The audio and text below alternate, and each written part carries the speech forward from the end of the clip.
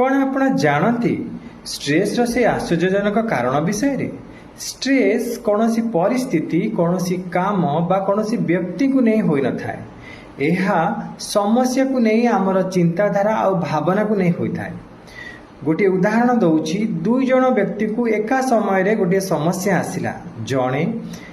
निराश्रवादी हेले आउ कहले जीवन एठी सरीगला आउ लाइफ रे किछि नाही आउ समाज रे अनेक लोक एमिति केस रे जीवन हारी दियंती किंतु किछि आशावादी लोक थांती जो माने यह एक अपॉर्चुनिटी भाव में नियंती लाइफ पोते मते आउ किछि अपॉर्चुनिटी दउची जोठी मु परिश्रम आउ अध्यवसाय करी निजर भाग्य को मु आउ थरे जागृत करि परिबी। एमिति अनेक उदाहरण समाज रे आपण देखिचंती जो माने ग्राउंड जीरो रु आज समाज रो ऊपर लेवल रे अछंती बहुत मान्यगण्य व्यक्ति विषय से माने परिचित हेउचंती।